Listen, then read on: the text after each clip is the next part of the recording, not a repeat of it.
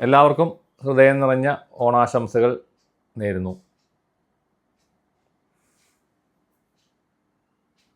ഇന്ന് ഇവിടെ പറയാൻ പോകുന്നത് ഈ വളർത്തുമൃഗങ്ങൾ തരുന്നതായ ചില ഗുണങ്ങൾ, നമ്മുടെ ലൈഫിൽ ഉണ്ടാക്കുന്ന ചില ചേഞ്ചസ്, അവർ നമ്മളെങ്ങനെ സേവ് ചെയ്യുന്നു എന്നുള്ളതിനെ പറ്റിയാണ്. ഇതെൻ്റെ ഒരു സുഹൃത്തിൻ്റെ അനുഭവമാണ്. അവരുടെ വീട്ടിൽ ഒരു പൂച്ച, പുറത്തുനിന്ന് വന്ന് കയറിയ പൂച്ചയാണ്. ആ പൂച്ച അവരുടെ വീട്ടിൽ ഒരു സ്വന്തം ആളെ പോലെ അവരുടെ കൂടെ ഇരിക്കുകയും ഉറങ്ങുമ്പോൾ അടുത്ത് വന്ന് കിടന്നുറങ്ങുകയൊക്കെ ചെയ്യുന്ന വളരെ സ്നേഹമുള്ള ഒരു പൂച്ചയായിരുന്നു. അപ്പോൾ കുറച്ച് കാലങ്ങളായിട്ടുള്ള വന്നിട്ട്, പക്ഷേ ആ പൂച്ചയുമായിട്ട് ഇവർക്ക് ഒരു അവൈദ്യമായൊരു ബന്ധം വന്നു എന്നുള്ളതാണ്. അപ്പോൾ എന്തെങ്കിലും പറഞ്ഞാലൊക്കെ അത് കേൾക്കും, അതുപോലെ അനുസരിക്കും. പിന്നെ ഈ പ്രാർത്ഥിക്കാനിരിക്കുമ്പോൾ പൂച്ചയും വന്നിട്ട് അവിടെ ആ ഫോട്ടോയിലൊക്കെ നോക്കിയിട്ട് ഇങ്ങനെ നമസ്കരിച്ചിരിക്കണ പോലെയൊക്കെ ഇരിക്കുകയൊക്കെ ചെയ്യും. അങ്ങനെ വളരെ ഡിവൈനായിട്ടുള്ളൊരു പൂച്ച എന്ന് വേണമെങ്കിൽ പറയാം. അങ്ങനെ പറയണം, ആ വാക്കേനെ ഉപയോഗിക്കണം. അങ്ങനത്തെ ഒരു പൂച്ചയായിരുന്നു. അപ്പോൾ ഇവർ ഈ കഴിഞ്ഞ ഒരാഴ്ച മുന്നേ ഒരു യാത്ര പോയി, പുറത്തേക്കൊരു യാത്ര പോയി തിരിച്ച് വീട്ടിലെത്തുന്നതിന് മുമ്പ് പെട്ടെന്ന് ഈ പൂച്ചയെ ഒരു പട്ടി കടിച്ച് കൊല്ലുകയാണ്. അവിടെ പട്ടികൾ ഇഷ്ടം പോലെ ഉണ്ട്. പട്ടികൾ കൂട്ടമായിട്ട് നമ്മുടെ നാട്ടിലൊക്കെ എല്ലായിടത്തും ഉള്ളതാണ് ഈ പട്ടികൾ വന്നിട്ട് ആക്രമിക്കുന്ന ഒരു സ്വഭാവം, പൂച്ചകളെയൊക്കെ പിടിക്കുന്ന ഒരു സംഭവം നിങ്ങൾ കണ്ടിട്ടുണ്ടാവും. കടിച്ചതിനെ കൊന്നു. അപ്പം അന്ന് ഇവർ തിരിച്ചു വരുന്നതിൻ്റെ തലേദിവസമാണ്. തിരിച്ചു വന്നതിന് ശേഷം ഇവർക്ക് വീട്ടിൽ വന്നിട്ട് ഭയങ്കരമായ അസ്വസ്ഥതകളും കാര്യങ്ങളൊക്കെ ആയിട്ട് എന്നോട് പറഞ്ഞ് ഭയങ്കര അസ്വസ്ഥതയാണ്, പൂച്ചനെ ഇങ്ങനെ പട്ടി പിടിച്ച് കൊന്നു എന്നൊക്കെ പറഞ്ഞ് എന്നെ വിളിച്ചിട്ടുണ്ടായിരുന്നു. അപ്പോൾ ഞാൻ പറഞ്ഞു, എന്തോ ഒരു ദുരിതം പൂച്ച എടുത്തുകൊണ്ട് പോയതാണ് എന്ന് അവരോട് പറയുകയും ചെയ്തു. നാച്ചുറലായിട്ട് നമ്മൾ പറയുന്നൊരു കാര്യമാണല്ലോ, അങ്ങനെ ജസ്റ്റ് പറഞ്ഞു. പക്ഷേ എനിക്ക് എന്തോ ഒരു ഒരു സ്പെല്ലിംഗ് മിസ്റ്റേക്ക്, അതിൽ കൂടുതലായിട്ടുള്ളൊരു മിസ്റ്റേക്ക് എനിക്ക് തോന്നി. അത് കഴിഞ്ഞ് 2 ദിവസം കഴിഞ്ഞപ്പോൾ വീണ്ടും എന്നെ വിളിച്ചിട്ട് പറഞ്ഞു, ഹസ്ബൻഡിന് ഈ പൂച്ചയായിട്ട് ഭയങ്കര ബന്ധമായിരുന്നു, ഭയങ്കര ഒരു അടുപ്പമായിരുന്നു മാനസികമായിട്ട്. ഹസ്ബൻഡിന് ഉറങ്ങാൻ പറ്റുന്നില്ല, പൂച്ചയുടെ കാര്യം പറഞ്ഞ് കരഞ്ഞുകൊണ്ടിരിക്കുകയാണ്, അങ്ങനെയാണ് ഇങ്ങനെയാണ് എന്നൊക്കെ. പുള്ളി എന്നെ കരയണ ആളൊന്നുമല്ല, ഭയങ്കര സ്ട്രോങ് ആയിട്ടുള്ള മനുഷ്യനാണ്. അപ്പോൾ ഞാനിങ്ങനെ നോക്കുമ്പോൾ ഞാൻ പറഞ്ഞു ഭർത്താവിന് ഫോട്ടോ ഒന്ന് അയച്ചു തന്നു. ഫോട്ടോ നോക്കുമ്പോൾ എന്താണ്, ഒരു ബ്ലാക്ക് മാജിക്കിൻ്റെ ഒരു പരിപാടി എൻ്റെ ഇടയിൽ നടന്നിട്ടുണ്ട്. ഫുള്ളി ഇയാൾ എഫക്റ്റഡ് ആണ്. വെച്ച് കഴിഞ്ഞാൽ ഇയാളുടെ ശരീരത്തിൽ മൊത്തം നെഗറ്റീവ്സാണ്. ആ ഫോട്ടോ വെച്ച് ഞാൻ ഹീൽ ചെയ്ത് കൊടുത്തു. ഹീൽ ചെയ്ത് കഴിഞ്ഞ സമയത്ത് എന്തോ ഒരു സാധനം ഇങ്ങനെ ശരീരത്തിൽ നിന്ന് ഇറങ്ങിപ്പോകുന്നൊരു ഫീലിംഗ് ഉണ്ടായെന്ന് അദ്ദേഹം പിന്നീട് പറയുകയും ചെയ്തു. ആക്ച്വലി പുള്ളിക്കാരൻ ഇത്തരം കാര്യങ്ങളൊന്നും വലിയ വിശ്വാസമുള്ള ആളൊന്നുമല്ല, പക്ഷേ അദ്ദേഹം പറഞ്ഞു അങ്ങനെ. അന്ന് ഒരു പുള്ളിക്ക് ഉറങ്ങാനായിട്ട് ഒരു കുഴപ്പമില്ല, സുഖമായിട്ട് ഉറക്കം വരും.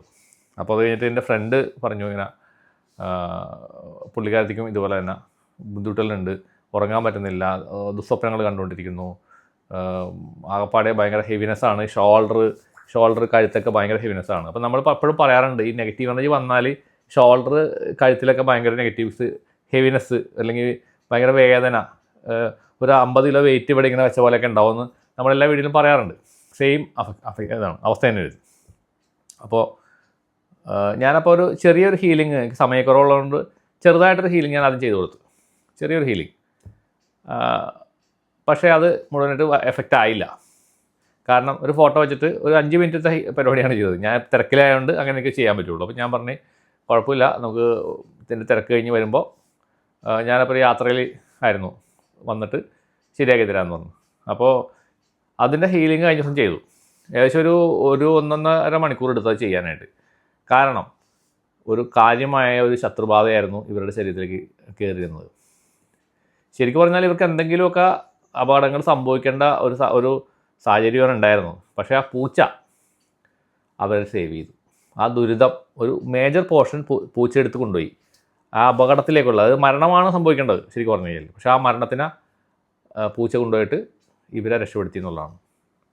അതിനുശേഷം അവർക്കിപ്പോൾ ഒരു കുഴപ്പമില്ല, നോർമലായി ഉറക്കമായിട്ട് ഉറങ്ങാൻ പറ്റുന്നുണ്ട്, സ്വപ്നമില്ല, ഒന്നുമില്ല എന്നൊക്കെ പറഞ്ഞ് മെസ്സേജ് അയക്കുകയും ചെയ്തു പിറ്റേ ദിവസം. അപ്പോൾ നമ്മളിത് മനസ്സിലാക്കേണ്ടത് എന്താണ്, ഈ പഴയ കാലഘട്ടങ്ങളിൽ ഈ വളർത്തുമൃഗങ്ങളാണ് വീട്ടിൽ വളർത്തിയിരുന്നതിൻ്റെ ലക്ഷ്യം എന്തായിരുന്നു എന്നുള്ളതാണ്. പഴയ ആൾക്കാർക്ക് നല്ല വിവരമുണ്ടായിരുന്നു.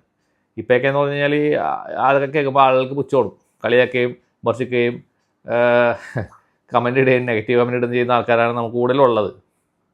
അവർക്ക് അത്രയും മാനസിക വളർച്ച ഉള്ളൂ എന്നുള്ളത് നമ്മൾ മനസ്സിലാക്കിയാൽ മതി, അത്രയേ ഉള്ളൂ. ഇത് ഒക്കെ ഒരു ശാസ്ത്രമാണ് ശരിക്കും പറഞ്ഞാൽ. ഒരു ജീവൻ ഇവിടെ പോകേണ്ടതിന് പകരം വേറൊരു ജീവൻ അവിടെ പോയി. കണ്ടാ, ഇത് ഈ പറഞ്ഞ പോലെ പൂച്ച, പട്ടി, പശു, ആട് ഇതുപോലത്തെയൊക്കെയുള്ള ജീവികളെ വീട്ടിൽ ആണ് നമ്മൾ സാധാരണ വളർത്തുന്നത്. നമ്മൾ സിംഹത്തിനെയും പുല്ലിനൊന്നും വളർത്താൻ പറ്റില്ല, ഇതേപോലത്തെ ജീവികളാണ് വളർത്തുന്നത്. അപ്പോൾ ഇത് പണ്ടേ മുതലേ ഇങ്ങനെ വളർത്തുന്നുണ്ട് ആൾക്കാർ. അത് എന്തുകൊണ്ട് വളർത്തിയിരുന്നു? പലരും അതിനെ ലാഭം നോക്കിയിട്ടല്ല വളർത്തുന്നത് അല്ലേ. പൂച്ചനെ വളർത്തുന്നതിന് ഇപ്പോൾ നമുക്ക് ചിലവൊന്നുമില്ല. പട്ടിനെയാണെന്നുണ്ടെങ്കിൽ വീട്ടിലെ വേസ്റ്റൊക്കെ കൊടുത്താൽ പട്ടി കഴിച്ചോളൂ.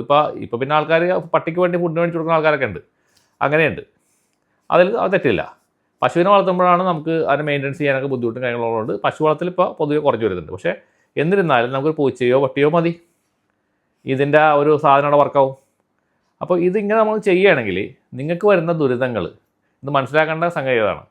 അപ്പോൾ സമാനമായ ഒരു തൊഴിൽ ചെയ്യുന്ന ആൾക്കാർ മിക്കവാറും സംഭവിക്കുന്നതാണ്. ഇപ്പോൾ ഞാനൊരു തൊഴിൽ ചെയ്യുകയാണ്, അപ്പോൾ എനിക്കൊരു ബിസിനസ് ഉണ്ട്, ഒരു ലോഡ്ജ് ഉണ്ട് എനിക്ക്. അപ്പോൾ സമാനമായ ബിസിനസ് ചെയ്യുന്ന ആളുകൾ വേറെ ഉണ്ടെങ്കിൽ നമുക്ക് ബിസിനസ് കൂടുതലാണെന്നുണ്ടെങ്കിൽ അവർ ആ ബിസിനസ് പിടിക്കാൻ വേണ്ടിയിട്ട് നമ്മുടെ ബ്ലാക്ക് മാജിക് ചെയ്ത് ഒതുക്കാനായിട്ട് നോക്കും. ഇപ്പോൾ സൂപ്പർ മാർക്കറ്റ് ഉണ്ടെങ്കിൽ അതേപോലെ തന്നെ, അല്ലെങ്കിൽ വേറൊരു ഷോപ്പാണെങ്കിൽ അത് തന്നെ. ഒരു സ്വർണ്ണക്കടക്ക് വരെയും ഇത് എഫക്റ്റ് ചെയ്യുന്നുണ്ട്. സ്വർണ്ണക്കടക്കാരൻ്റെ കാര്യം പണ്ട് ഞാൻ ശരിയാക്കി കൊടുത്തിട്ടുണ്ട് പോലെ തന്നെ. സ്വർണ്ണക്കടയിൽ കച്ചവടമില്ല. ലാസ്റ്റ് ഈ ബ്ലാക്ക് മാജിക് മാറ്റി കൊടുത്ത സ്വർണ്ണക്കടയിൽ ഭയങ്കര കച്ചവടമായി. നിങ്ങൾ ഒന്ന് ആലോചിച്ച് നോക്കിയാൽ, സ്വർണ്ണക്കടയിൽ കച്ചവടമില്ലെന്ന് പറഞ്ഞു കഴിഞ്ഞാൽ സാധാരണ നമുക്ക് വിശ്വസിക്കാൻ പറ്റില്ല. ഏത് സ്വർണ്ണക്കടയും ഇതിലും കച്ചവടം ഉണ്ടാവും, എന്തെങ്കിലുമായിട്ട് കച്ചവടം ഉണ്ടാവും. അതുവരെ പൊട്ടിച്ച് കളഞ്ഞവർ. പക്ഷേ നമ്മളത് ഓപ്പൺ ചെയ്ത് കൊടുത്ത് ഇപ്പോൾ ഭംഗിയായിട്ട് ആ സ്ഥാപനം പ്രവർത്തിക്കുന്നുണ്ട്. ഇവിടെ അല്ല, അങ്ങ് വടക്കൻ കേരളത്തിലാണ്. അപ്പോൾ ഇത് കുറേ കാലം മുന്നേ കൊടുത്താണ് അതുപോലെ തന്നെ. അപ്പോൾ ഇതേപോലെ ബ്ലാക്ക് മാജിക്ക് വന്നു കഴിഞ്ഞാൽ നമ്മുടെ ഇടപാട് പൊട്ടിപ്പോവും. അത് നമ്മൾ മനസ്സിലാക്കിയിരിക്കുക. ഒന്ന്. രണ്ടാമത്തെ, ഇതേപോലത്തെ ചില നമ്മളെയും കൊണ്ട് പോകാനുള്ള ബാധകൾ വിട്ട് കഴിഞ്ഞാൽ ഇതേപോലെ ചിലപ്പോൾ നമ്മൾ എവിടെയെങ്കിലും വണ്ടിമേൽ തുരുണ്ട് വീഴുകയോ അല്ലെങ്കിൽ ഹോസ്പിറ്റലാവുകയോ ആൾ തന്നെ പോവുകയും ചെയ്യും ചിലപ്പോൾ. അങ്ങനെ സംഭവിക്കാറുണ്ട്. പക്ഷേ ഇതുപോലെ പൂച്ച പട്ടിയൊക്കെ ഉണ്ടെങ്കിൽ ഇതേപോലെ നമ്മുടെ കയ്യിൽ നിന്ന് അത്ഭുതകരമായിട്ട് രക്ഷപ്പെട്ടു പോകുന്ന അനുഭവങ്ങളുണ്ട്. ഞാനും ഇതിനൊരു ഉദാഹരണമായിട്ട് കഥകൾ ഞാൻ പറഞ്ഞിട്ടുണ്ട്. പട്ടികളാണ് എൻ്റെ അടുത്ത്, ഇവിടെ പൂച്ചകളല്ല, ഇവിടെ പട്ടികളാണ് എന്നെ സേവ് ചെയ്യുന്നത്. കൂടുതലും എൻ്റെ വീട്ടിൽ വരികയും അവർ ഇതേപോലെ ചില സമയങ്ങളിൽ പെട്ടെന്ന് അവിടെ വീട്ടിൽ കിടന്ന് തന്നെ മരിക്കുകയും ചെയ്യാറുണ്ട് പട്ടികൾ. അപ്പോൾ ഈ കഥകളൊക്കെ നമ്മൾ നേരത്തെ വീഡിയോയിൽ പറഞ്ഞിട്ടുള്ളതാണ്. അപ്പോൾ നിങ്ങൾ ഇത് ശ്രദ്ധിക്കുക. അങ്ങനത്തെ വളർത്തുമൃഗങ്ങളുണ്ടെങ്കിൽ അവരൊന്ന് കല്ലെടുത്തെറിഞ്ഞ് ഓടിക്കരുത്. അവർ നിങ്ങളെ സേവ് ചെയ്യാൻ വേണ്ടി വരുന്നതാണ് ആ ജീവികൾ എന്നുള്ള കാര്യം നിങ്ങൾ മനസ്സിലാക്കിയിരിക്കുക. എല്ലാവർക്കും ഒരിക്കൽ കൂടെ നല്ലൊരു ഓണം ആശംസിക്കുന്നു. നല്ല സദ്യയെല്ലാം കഴിക്കുക. എല്ലാവർക്കും നന്മ വരട്ടെ. എല്ലാവർക്കും ദേവിയുടെ അനുഗ്രഹം ഉണ്ടാവട്ടെ. നന്ദി, നമസ്കാരം.